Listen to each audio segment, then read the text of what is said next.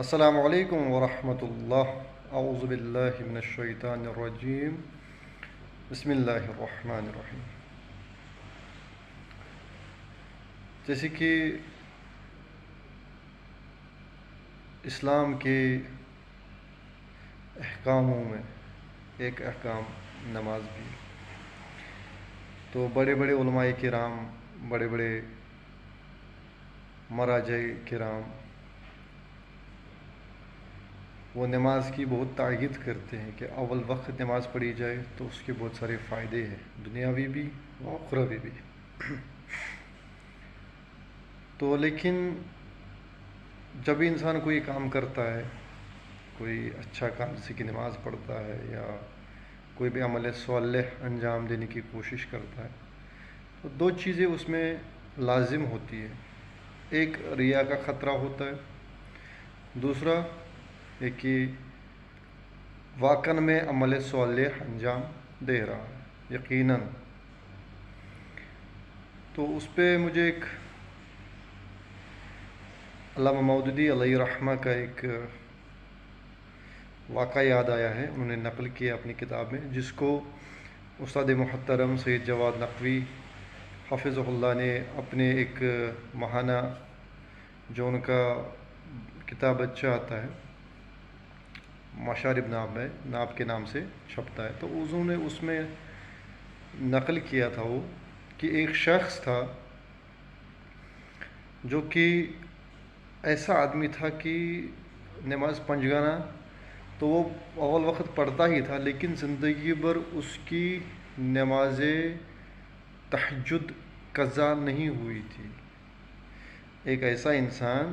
جس کی زندگی بھر کی نماز تہجد کبھی قضا ہوئی ہی نہیں، تو اس کے ساتھ ایک دن کیا ہو گیا کہ نماز تہجد کا وقت ہوا لیکن وہ اٹھ نہیں پایا کسی کارن، اس کی آنکھ گہری نیند میں تھا جس کی وجہ سے وہ اٹھ نہیں پایا۔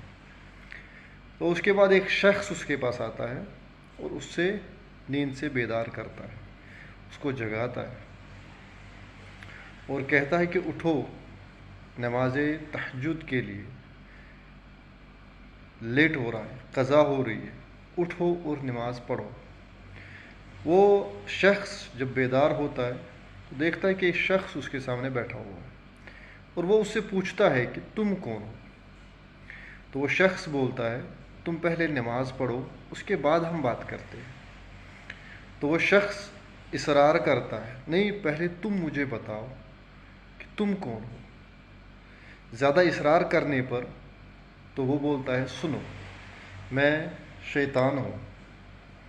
تو جب وہ سنتا ہے کہ یہ شیطان ہے تو وہ اس کو بولتا ہے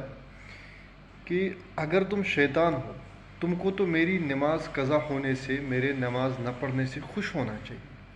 تو تم مجھے جگا کیوں رہے ہو؟ تو اس پر شیطان اس کو واپس جواب دیتا ہے کہ جب تم نماز تہجد پڑھتے تھے تمہارے اندر تکبر پیدا ہوتا تھا، اور صبح جب تم باہر لوگوں سے ملنے جاتے تھے یا لوگوں سے ملتے تھے تو تم ان لوگوں سے بات نہیں کرتے تھے جو کہ نماز نہیں پڑھتے تھے، جو کہ نماز نہیں پڑھتے ہیں، تم ان لوگوں سے بات نہیں کرتے تھے، اور تمہیں اپنے اندر ایک تکبر پیدا ہوا تھا، اور میں چاہتا تھا کہ تم یہی تکبر لے کے زندگی بھر جیو اور یہی تکبر لے کے اس دنیا سے چلے جاؤ۔ تو دوستو، یہ ایک چھوٹی سی کہانی ہے جو کہ علامہ مودودی علیہ رحمہ نے اپنی کتاب میں نقل کیا ہے، جس کو استاد محترم سید جواد نقوی حفظہ اللہ نے اپنے کتاب اچھے میں کوٹ کیا ہے۔ تو الغرض کہنے کا یہ ہے کہ انسان کے اندر 3-4 طرح کے نفس ہوتے ہیں۔ اس میں ایک نفس جو کہ بڑا خطرناک ہے وہ ہے نفس امارہ۔ کبھی کبھی کیا ہوتا ہے کہ ہم کوئی عمل صالح انجام دیتے ہیں لیکن اس سے ہمارے نفس لوامہ، نفس مطمئنہ پر کوئی اثر نہیں ہوتا، اس سے ہمارے نفس امارہ میں ہی اثر ہوتا ہے۔ کیوں؟ کیونکہ وہ عمل صالح یا تو اس سے ہمارے اندر تکبر پیدا ہوتا ہے، یا تو ہم ریا ہماری جو عمل ہے، ہماری جو عبادت ہے ریا کے نظر ہو جاتی ہے، تو ہمیں کوشش ہر لمحہ ہر وقت کرنی چاہیے کہ جو بھی عمل ہو بھلے ہی کم ہو، لیکن یقیناً صالحین کے جیسا عمل ہو، یقیناً اللہ کے لیے عمل ہو، یقیناً بس فقط اور فقط اپنے خالق و مالک کے لیے وہ عمل ہو، اس کی خوشنودی حاصل کرنے کے لیے وہ عمل کیا جائے۔ ایسا نہ ہو کہ میں کوئی عمل کر رہا ہوں اور میرے اندر میں یہ دیکھنا چاہتا ہوں کہ لوگ مجھے بولے، وہ مجھے فلانا شخص، فلانا آدمی، فلانا یہ، فلانا وہ کیا آدمی ہے، کیا میری تعریف کرنے کے لیے، میری پرستش کرنے کے لیے،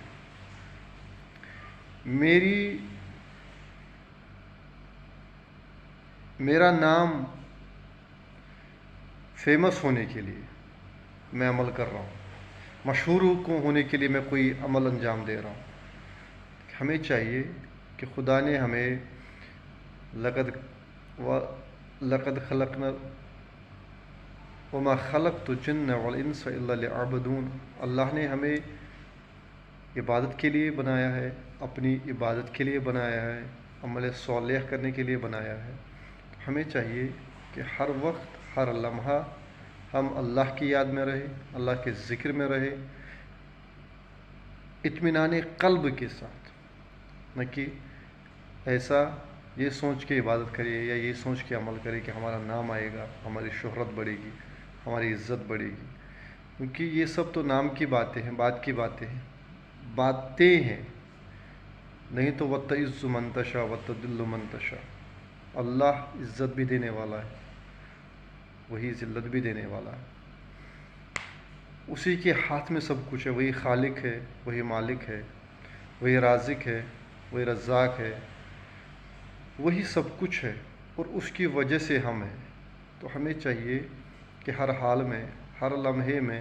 ہر وقت اللہ کی عبادت کرنی چاہیے، اس کی خوشنودی حاصل کرنے کے لیے ہر کوئی عمل کرنا چاہیے، بھلے ہی عمل چھوٹا ہو، کم ہی ہو، لیکن عمل صالح ہو، تب جا کے ہمیں دنیا میں بھی کامیابی ملے گی اور آخرت میں بھی کامیابی ملے گی۔ ورنہ کتنے بھی نمازیں پڑھیں، کتنے بھی حج کریں، کتنا بھی خمس دیں، کتنا بھی زکوٰۃ دیں، خوشنودی رضائی اللہ کے لیے نہ ہو تو سب فضول ہے، سب بیکار ہے، کچھ بھی نہیں ہے۔ بس اگر ایک روپیہ ہو، ایک دانہ ہو، ایک چھوٹا سا عمل ہو، اللہ کے لیے ہو، اللہ کی رضا کے لیے ہو، تو یقین مانیے اللہ اتنا کریم ہے، اس چھوٹی سی عمل کے بدلے میں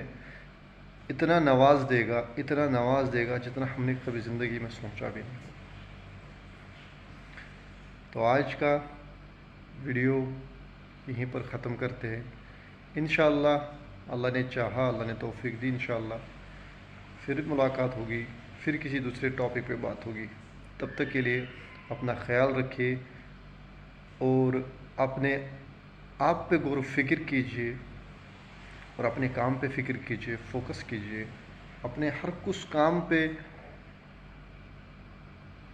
محاسبہ کیجیے، اپنے ہر اس کام کو دیکھیے، سمجھیے جو آپ کرتے ہیں،